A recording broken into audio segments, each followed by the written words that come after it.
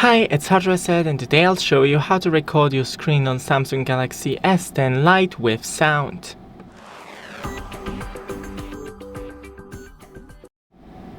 So first scroll from the top, and here we have the screen recorder.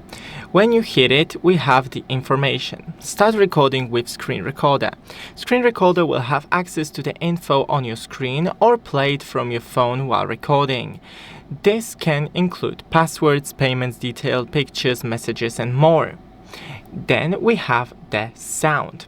We have none, media, and mic. So when you select media and mic, then you can record with the sound from your microphone. Then just hit start recording. Thanks for watching. Don't forget to leave a like and see you in the next one.